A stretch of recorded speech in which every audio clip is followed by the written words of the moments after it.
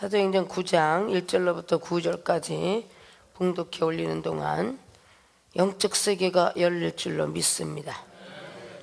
사울이 주의 제자들을 대하여 여전히 위협과 살기가 등등하여 대제사장에 가서 다메섹 여러 회당에 갈 공문을 청하니, 이는 만일 그 돌을 쫓는 사람을 만나면 물론 남유하고 결박하여 예루살렘으로 잡아오려 함이라. 사울이 행하여 다메섹에 가까이 가더니 호련히 하늘로서 빛이 저를 들러 비치는지라. 땅에 엎드러져 들음에 소리 있어 가라사대 사울아 사울아 내가 어찌하여 나를 핍박하느냐 하시거늘 대답하되 주여 니시오이까 가라사대 나는 내가 핍박하는 예수라.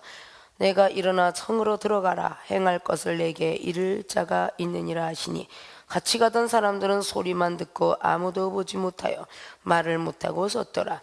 사울이 땅에서 일어나 눈은 떴으나 아무것도 보지 못하고 사람의 손에 끌려 다메섹으로 들어가서 사흘 동안을 보지 못하고 식음을 전폐하니라.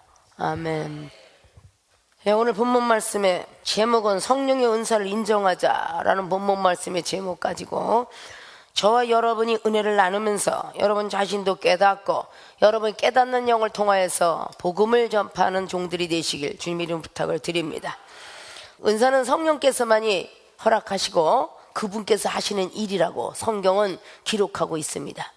오늘 주인공으로 등장하는 사울이 바울이 될 때까지 이는 사울은 율법주의자였다는 것을 이미 잘 알고 계실 것이라고 봅니다. 그는 어렸을 때부터 할례자고, 그는 빌립보서 3장 말씀의 1절로부터 계속적으로 8절 9절까지 말씀하시기를 그는 이스라엘 족속 중에 하나여 율법은 흠이 없는 자로다. 그는 아버지의 모든 베냐민 지파 사람의 하나여고 모든 것들이 하나도 흠이 없던 사람인데 내가 배운 모든 것들은 배설물로 여긴다고 말씀합니다.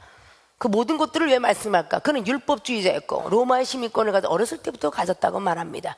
오늘도 기독교인들이 전부 지금도 신앙생활하면서 교회만 그냥 가면은 구원받고 천국까지 영생의 길은 따놓은 당상이야 라고 이렇게 말하는 사람들이 사실 많습니다. 그러나 그런 면들은 성경 속에 어디에도 없습니다. 주의 이름을 부른 자는 구원이 있다고 사도행전 2장은 말하지만 마태복음 7장 21절은 주여 주여 부르는 자마다 다 천국에 들어갈 것이 아니고 너는 불법으로 행한 종아 들어가지 못한다고 말씀하고 있습니다. 오늘 사도바울 선생님께서도 사도행전 9장 말씀을 듣고 율법주의자였음을 우리는 잘 알고 계실 것입니다. 스데반 집사를 죽이는데도 역시 앞장섰던 사람이기 때문이죠. 바로 그 모든 걸 통해서 오늘 율법주의자가 깨지는 장면이 오늘 사도행전 9장 말씀입니다. 이 중에 성경 1동만 하고 이렇게 줄줄이 성경 66권을 그냥 읽고 한 동만 하고 읽어 내려간다. 이건 있을 수 없는 이야기들이죠. 하나님 말씀대로 우리가 살아간다 하면서도 때때로 그 말씀대로 살아가지 못하는 것이 참 많이 있습니다. 말씀을 전하고 그 말씀을 전한 선지자의 말이 제대로 이 땅에서 믿음으로 행해지지 못하고 표적과 이적을 나타내지만 그건 선지자가 한 말이 아니라고 신명기 18장의 마지막 절은 기록하고 있습니다. 우리가 선지자라면 하나님으로부터 받는 선지자입니다. 먼저 받는 것입니다. 그리고 계십니다. 예언자 모든 걸 받습니다. 사도바울 선생님께서는 사울이라는 이름을 가졌을 때는 나는 가장 큰 자다라고 그렇게 자랑했습니다.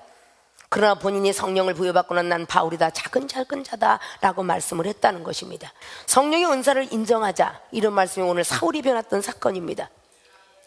왜 인정하자라고 하느냐? 오늘 사울은 육적 눈이 어두워졌습니다. 잡으러 가려고 그럴 때에 3절 보니까 사울이 행하여 다메섹에 가까이 가더니 호련히 하늘로부터 빛이 저를 둘러 비쳤다라고 합니다. 하늘로부터 빛이 저를 둘러 비쳤어요. 그러나서 땅에 엎드려서 들으니까 소리 있어 가라되 사울아 사울아 내가 어째 나를 핍박하느냐 하시거늘 대답하되 주여 니시오이까 가라사대 나는 내가 핍박하는 예수라. 하늘로부터 빛이 보여졌는데 보이지 않는 예수 그리스도, 그분은 이미 사도행전 1장 말씀의 7절로 8절로부터 쫙 기어가면서 하늘로 이미 승천하셨던 분입니다. 그분이 보인다는 자체는 영의 세계가 보였다는 것이죠. 육적 눈 갖고는 볼 수가 없다는 것입니다. 영적 세계를 우리는 잘 알아가려면 영적 눈을 가져야 되는데 눈이 나빠지면 안경을 써야 돼요. 그러면 잘 보입니다. 더 먼 거리를 보려면 만안경을 사야 돼요. 더 먼 거리를 보려면 전체 만안경 속에 들어가야 됩니다. 그러면 별이 보입니다. 아십니까? 하늘 높이 쌓아도 쌓을 곳이 없는 이 66권이 요한복음 20장 마지막 절이나 요한복음 21장 마지막 절은 기록합니다. 이 세상을 다 기록한다 기록할 수 없노라. 66권에 묶여있는 것이 아니라는 것입니다. 이것이 바로 우리 육체가 가려져 있는 이 육체가 로고스적인 말씀이라면 보이지 않는 레마의 말씀은 속에 우리의 내장의 5장 6부와 같은 것입니다. 우리 오장육부 속에는 얼마나 많은 것이 들어가 있는 줄 아십니까? 심장만 해도 자신방, 자심실, 우심방, 우심실, 헛박가리만 해도 7억 5만 개가 들어가 있으며, 우리 머릿속에 유련의 것이 10억 개라는 것이 들어있고, 우리의 목뼈부터 시작해서 12경의 모든 뼈마들이 우리가 보이지 않는 몸속에 얼마나 많은 그런 것이 들어가냐. 핏줄이 지구 2바퀴 반을 돌고 다니는 우리 어른의 핏줄이 있다고 하죠. 자, 이런 것들을 과연 정교하게 누가 지어놨을까? 하나님께서 지어놓으셨다는 것입니다. 보이지 않는 세계가 이렇게 로고스 중에 하나님 말씀 66권으로 끝나지만 그 안에 들어간 레마의 말씀은 저 하늘 높이 쌓아도 바다를 먹물 삼아도 부족함이 없다라는 찬송가 403장의 찬양을 부르면서 우리가 하나님을 인정해 드리지 않으면 안 되겠죠. 마태복음의 28장의 19절 말씀에 성령을 받으라고 다시 한번 부활하신 주님이 11번째 제자들에게 나타나시고, 분명히 마태복음 16장에 베드로 사도는 천국 열쇠를 부여받았습니다. 그럼에도 불구하고 그는 주님을 부인했고 제자들은 도망을 갔고 가룟 여자들은 배신을 때리게 되었습니다. 성령을 받아도 충만하게 받지 않으면 제대로 역할을 하지 못한다는 것입니다. 자동차 타고 갈 때 에어컨에 제대로 에어컨의 모든 가스가 충전되지 않으면 그 에어컨은 제대로 발휘를 하지 못한다는 것입니다. 그 가스는 이빨을 제대로 차야만 우리는 시원함을 나타낼 수 있는 것이고, 기름은 이빨이 채야만 우리는 따뜻함을 우리에게 창조할 수 있는 것입니다. 바로 우리 주님께서 주셨던 믿음도 제대로 간직하려면 성령 충만함을 받아야 될 것이고, 성령의 힘이 아니면 우리는 아무것도 할 수 없다는 것입니다. 우리는 할 수 없지만 하나님께서 우리 모든 것들을 통달하시는 하나님, 고린도전서 2장 말씀에 1절로부터 시작하여 10절까지 말씀합니다. 세상에 태어난 지혜도 아니요 배웠던 간혼의 지혜도 아니고 하늘의 지혜를 가지면 하늘나라의 비밀스러운 걸 알게 되느라고, 그리고 성령은 온 모든 것들을 다 통달할 수 있느니라고 바로 고린도서 2장 10절은 말씀하고 있습니다. 그 통달의 영을 받기만 하면 사람의 속에 있는 사람이 영도 분별할 뿐만 아니라 하나님의 성품 속에 들어가는 영도 분별한다라고 그렇게 기록을 하고 있습니다. 오늘 율법주의자가 갑자기 눈이 떠졌는데 눈을 컴컴하게 만들지 않으면 눈을 뜰 수가 없지요. 근데 오늘 그가 소문을 들었던, 이상한 도를 전한다는 소문을 들었던 것 이외에는 전혀 접해보지 않았던 그런 예수 그리스도, 그분께서 사울아 사울이 어찌 나를 핍박하느냐 라고 말씀을 하고 있습니다. 그것은 이 땅에 있는 소리가 아니라 바로 하늘의 소리였다는 것입니다. 눈이 열어지게 되고, 그리고 귀가 열어졌습니다. 그리고 입이 열어졌습니다. 대답하되 주여 니시오니까 가라사대 나는 내가 핍박하는 예수라. 5절에 성령을 받으면 눈이 열어지고 귀가 열어지고 입이 열어진다는 사실이죠. 이건 변화산상의 역사가 마가복음 9장이나 누가복음의 9장이나 베드로, 야고보, 요한이 보았던 세계와 같고 사도행전 2장 1절로부터 오순절의 역사가 일어나는 것 같은 것입니다. 성령이 오순절에 가득하게 임하니 하늘에서 불의 혀 같은 것이 보여지고 바람 같은 소리가 들려지는데 그들이 충만해서 입을 열게 되었더라 라고 말합니다. 자, 이런 것들이 전부 말씀인데요, 이 수많은 말씀들이 있음에도 불구하고 성령을 부인하는 교회가 있으니까 안타깝다 그 말이죠. 성령은 분명히 적당껏 해라 그랬지 없애버리라고 하지 않았습니다. 고린도전서 14장 말씀에 방언하되 방언은 금하지 말 것이나 적당껏 하라 그랬습니다. 때때는 우리는 성경 말씀 66권이 너무 어렵기 때문에 보혜사 성령을 내가 너희에게 보내주노라. 그 보혜사 성령을 너희가 받기만 한다면 의에 대해서 진리에 대해서 죄에 대해서 가르쳐 주겠다라고 요한복음 16장의 10절 이하로 말씀하고 있습니다. 보혜사 성령이 아니면 우리는 받을 수가 없습니다. 성령, 그래서 교회 의무와 같다는 것이죠. 우리의 모든 시험과 환난은 병의 의무와 같은 것이며 납세 의무는 감사의 조건이 나올 때가 바로 납사 의무제다. 3대 의무는 반드시 지켜야 될 것인 것처럼 성삼위 하나님께서 우리가 세례를 받았으면 삼일체 하나님을 정확하게 지켜갈 수 있는 신앙인이 되어야 될 것입니다. 성부의 하나님은 말씀이며 성자 예수를 믿으며 그리고 성자 예수 그리스도 밑에서 서로 사랑하라 세 계명을 주느니 요한복음의 13장 34절을 통해서 계명을 준 이것이 성령으로 하나가 되어서 서로 사랑하는 사람이 되어야 되기 때문에 로마서 8장 24절 25절 28절까지 말씀합니다. 성령은 연약함을 도와준다. 하나님께서 성도들의 기도를 바로바로 전해주노니라. 사랑하는 자들아 뜻대로 부시름 받은 자라 협력하여 선을 이루어라 라고 말씀합니다. 우리의 때때의 성령의 은사는 어떤 것 같으냐? 이렇게 눈이 열어지고 귀가 열어지고 이렇게 입이 열어지는 것처럼 말이죠. 세상에 어린 응애하고 태어났습니다. 그 아이는 먼 것을 못 봅니다. 눈이 멀고 때때로는 부모도 제대로 보이지 않습니다. 그 눈을 통해서 부모를 발견할 때까지 시간이 많이 걸린답니다. 지금은 많은 과학과 의학이 발달됐기 때문에 어린애가 응아하면 젖달라고 하지만 예전에 일주일씩 눈을 감고 입을 닫고 일주일 있다가 젖을 먹였다고 합니다. 그것이 바로 시대의 변천이다고 말이죠. 그럼 어린아이 같은 경우는 먼저 엄마나 할아버지 아무리 아빠가 있어도 어린아이가 낯가린다 이 소리 왜 합니까? 엄마밖에 모르기 때문입니다. 예수님이 사람밖에 모를 때는 무서운 하나님이 싫습니다. 때리는 하나님 싫습니다. 나이가 먹어가면 때리는 하나님이 그렇게 감사할 수가 없습니다. 이 중에 하나님이 때리지 않고 지금까지 왔다면 저는 짜이브 댄스가의 탤런트여 지금 모든 가수가 되어서 술쟁이부터 시작하여 못 먹는 술이 없었다고 하죠. 나폴레옹 꽁약도 지금 다음에 몇 천만 원짜리 먹고 앉아있을지도 모릅니다. 그러나 성령께서 우리를 택해 주시니까 하나님 아버지께서 우리를 낳으시고 예수 그래서 그분께서 우리를 기르시니 성령님에 의해서 교회 음을 들어서 우리가 받아서 지금의 이 자리까지 앉아있게 되는 것입니다. 자, 우리가 밥만 있으면 되겠습니까? 세상 육식적인 어떤 생활 양식으로 한번 예화를 드리겠습니다. 예수님께서 너무도 말씀이 어렵기 때문에 한 번도 비유로 말씀하지 그런 말씀 하신 적이 없다라고 말씀합니다. 영적 비밀은 너희들에게만 얘기했노라. 마태복음 13장이나 마가복음 4장 말씀이나 모든 사람들이 말을 하길 너희들에게만 영적 비밀을 말하노라. 누가복음 8장도 말합니다. 제자들에게만 영적 비밀을 말해줬다고 그러죠. 나머지 회당장은 비유로 말씀하지 않고는 할 수 없다고 합니다. 여기도 영적인 사람이 있고 육적인 사람이 있고 혼적인 사람이 앉아있을 것입니다. 그러니까 비유로 말하는 것이죠. 우리가 밥상머리에 밥이 있습니다. 어린아이는 우유요, 나이가 먹으면 밥입니다. 밥도 때는 찹쌀밥, 맵쌀밥 해가면서 까만 쌀밥에서 콩밥부터 시작해서 영양을 해. 당뇨병 걸린 사람이 콩밥을 왜 먹습니까? 거기에 좋다고 하니까 먹지요. 밥을 먹는데 밥만 갖고 물 말아 먹는다고 그 사람이 영양소가 발달됩니까? 젖으로 시작하여 이유식을 시작하여 영양분이 발달돼서 모든 칼슘과 미네랄과 비타민 A, B, C가 있어서 눈이 밝아지고 이가 치아가 건강해지면 뼈가 간단해지는 것입니다. 우리의 음식을 먹을 때에 콩나물도 시금치도 생선도 다 필요한 것처럼 말이죠. 은사라는 것이 바로 그겁니다. 말씀을 갖고 있을 때 그것이 영양분을 붙여서 말씀을 유용하게 쓰기 위해서 보내주신 분이 성령님이시더라 그 말입니다. 이 성령 인사를 갖고 있지 않으면 절대 말씀은 진액이 나가지 않습니다. 예수께서 그분이 말씀이 육신에 오였다는 요한복음 1장 말씀처럼 로마서의 말씀이 11절에 말씀합니다. 돌감람나무가 원감람나무에 우리는 적붙임을 배려야 감람나무 평화를 상징합니다. 감람나무의 모든 것을 어독을 해석하는 것으로 열매로 쓰여지게 됩니다.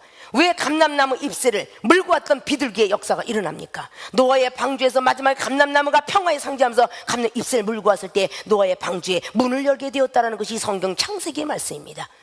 성경 말씀 속에 구약부터 신약까지 하나도 맥이 이어지지 않은 것이 하나도 없노라라고 이사야 선지자는 말씀하고 있습니다. 짝이 있더라 그 말입니다.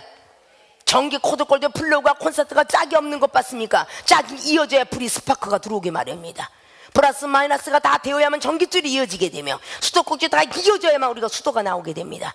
이런 모든 것들이 우리는 다 짝이 있거늘 때때로 뭐 도라이바를 돌려도 뭔가가 있어야 돌리지. 벼락박대 그 미련한 사람처럼 미친 사람도 돌리는 사람은 없습니다. 벼락박에 드릴로 쑤셔놓고 거기다 빗을 박아가면 거기서 쑤시는 것이죠. 그냥 쑤시겠습니까? 아니잖아요. 젓갈이 있으면 숟갈이 있고 모든 접시가 있는 것과 똑같은 것입니다. 바로 이렇게 성령의 은사는 우리들의 말씀을 좀 더 크고 높게 넓게 길게 에베소서 3장 19절에 있는 말씀처럼 그렇게 우리를 십자가 도를 깨달아가게 하는 능력이다 그 말입니다. 고린도서 1장 18절은 말씀하고 있죠. 인간들은 미련하게 보이나 우리 예수로서 믿는 자에게는 십자가의 도는 능력이라 말씀하십니다. 은사는 우리 하나님이 주신 선물이지만 능력은 능할 자 힘력자입니다. 아담의 영을 부여받지 않고 우리는 예수 그리스도의 영을 부여받았다고 고린도서 15장 47절 이하는 말씀하고 있습니다. 아담의 영은 우리들에게 죄를 이끌어내서 만들었지만 예수로서 그분의 영을 우리는 살려주는 영을 통해서 영생의 끝까지 끌고 가시는 분이시더라 그 말입니다. 우리는 그분의 영을 받았기에 그분의 영적으로 우리는 점점 달려갈 줄 알아야 된다는 것입니다. 성령의 은사가 얼마나 아름답고 좋은지 사도바울은 오늘 눈이 떠지고 귀가 입이 열었습니다. 그리고 그는 율법주의자이기 때문에 그냥 가만히 있어도 천국까지 율법에 흠이 없는 자로서 니고데모는 요한복음 3장 말씀에 학적으로 말합니다. 니고데모는 율법에 흠이 없기 때문에 율법을 잘 믿으면 천국 간다고 믿었던 사람이고 산헤드는 정치적으로도 문제없는 공부학자였으며 그런 율법의 선생이 너는 이것도 모르느냐 바람이 어디에서 오느냐라고 하면서 물과 성령의 역사를 니고데모에게 말을 하게 되었습니다. 절대 기도가 필요 없다고 하는 사람과 똑같지요. 그러나 오늘 사도 바울 선생님께서 사울이가 바울로 변하면서 눈이 열어지고 입이 열어지니까 그는 눈이 오더니 문제가 생기니 기도할 수밖에 없었던 사건입니다. 그가 기도하였다라는 눈이 멀어서 사람의 손에 이끌려갔던 교만이 거만이 꺾어지고 누구의 손에 이끌려 다녀본 사람이 없는 사람이 결국 누구의 손에 이끌려 다메섹 도상에서 아나니아에 있는 곳으로 가게 되는데, 그가 기도했던 장면이 어디로 있게 되느냐. 11절 보니까 주께서 가라사대 일어나 직가로 하는 거리로 가서 유다 집에서 5사람 사울이라 하는 자를 찾으라. 저가 기도하는 중이다. 그는 기도라는 것이 상정 모르는데, 사도 바울은 사울이가 바울로 변하기까지 눈이 어려워 눈이 콱콱 막히니까 그는 문제가 생기니 기도하고 있었더라, 그 말입니다. 성령의 은사는 우리들에게 영적 세계를 열리게 합니다. 우리에게 기도하게 만들어 주십니다. 그리고 아나니아의 제자에게 안수를 받으니 세례를 받았다고 합니다. 성령의 세례를 받는다, 그 말입니다. 우리는 예수님 믿을 때 무슨 세례를 받아보았느냐? 에베소 교회들에게 사도행전 19장 1절로부터 말씀하고 있습니다. 에베소의 제자들이 많이 너희들이 예수님을 무슨 세례를 받았느냐? 우린 요한의 물세례 뿐이로라. 성령의 세례는 있음도 몰랐노라. 그때 사도 바울 선생님께서 이미 성령을 받아서 사도행전에 나왔던 것처럼 바로 19장에 쫙 안수를 하니 예언도 방언도 하니 에베소 교회가 12사람쯤 되었더라 라고 기록하죠. 그것이 모체의 에베소 교회가 된 것입니다. 그러나 첫사랑 믿음을 잃지 마라, 그리하면 하나님께 촛대를 앵겨버린다는 것이 계시록이 바로 2장에 나와서 1절로 에베소 교회가 300년 400년 후에 없어졌다고 합니다. 처음 행위를 잃어버렸기 때문이죠. 성령을 선물로 받으려면 첫째 회개할 것이며, 두 번째 예수로서 세례를 받고 죄사함을 얻고, 그 다음에 성령을 선물로 준다고 사도행전 2장 38절 이하는 말씀하고 있습니다. 회개도 뉘우칠 회, 고칠 겁니다. 뉘우치고 고치려는데 인간은 안 돼요. 성령의 힘을 비롯해야 우리는 뉘우치고 고칩니다.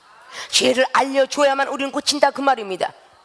어린아이가 가서 내가 먹고 싶어서 빵 집어왔는데 그 어린아이가 성장되지 않는다면 자기 배고파서 갖고 왔는데 그걸 누가 도둑질하고 걔가 믿었겠습니까? 부모는 도둑질하고 알지만 아이는 믿지 못합니다. 초신자 믿음 때는 하나님 아버지께서 책임을 지지만 나이가 먹어가면 자기 죄는 자기가 살아야 될 것입니다. 누구든지 그 죄를 대신 살아주지는 않습니다. 부모가 자식이 불쌍하다고 대신 살 수 없고, 부모가 노인네 같아서 연로하다고 대신 살 수 없는 것이 교도소인 것입니다. 믿습니까? 죄를 진 자는 죄를 진 만큼 받는다, 그 말이죠. 에레미야 17장의 9절로 말씀합니다. 사람이 얼마나 심히 악하고 부패되는지 그 사람의 속을 누가 알리오마는 바로 우리가 마지막 때 하나님 앞에 봉을 받는 그날에 행위대로 행실대로 봉을 받으리라 라고 말씀했습니다. 오늘 사도행전 8장에 15절 말씀을 보세요. 아무도 사마리아에 있는 성령을 내리신 일이 없으니 사도 베드로가 성령 받기를 기도하니 그때 성령이 내려오더라. 빌립은 물세례만 주는 사람이었어. 베드로 사도는 성령의 세례를 주는 사람이었어. 그러니까 시몬 마술사가 내가 돈 줄 테니 나도 좀 타고, 그래갖고 책망받는 장면이 사도행전 8장에 나오죠. 그래서 사도행전 9장이 15절에 아나니아에서 내가 기대해 줄 수 없어요, 저 못된 인간은, 그랬더니 하나님께서 뭐라 그래요? 저는 내가 택한 그릇이라 이방으로 해서 얼마나 핍박을 받았는지 앞으로 보도록 해라. 그래서 하죠.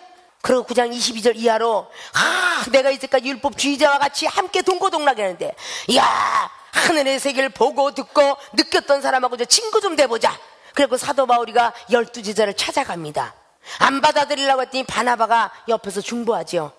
얘는 과거는 이랬지만 지금은 안 그래, 받아줘라 받아줘라 해갖고 받아준 게 22절 이하야. 아십니까?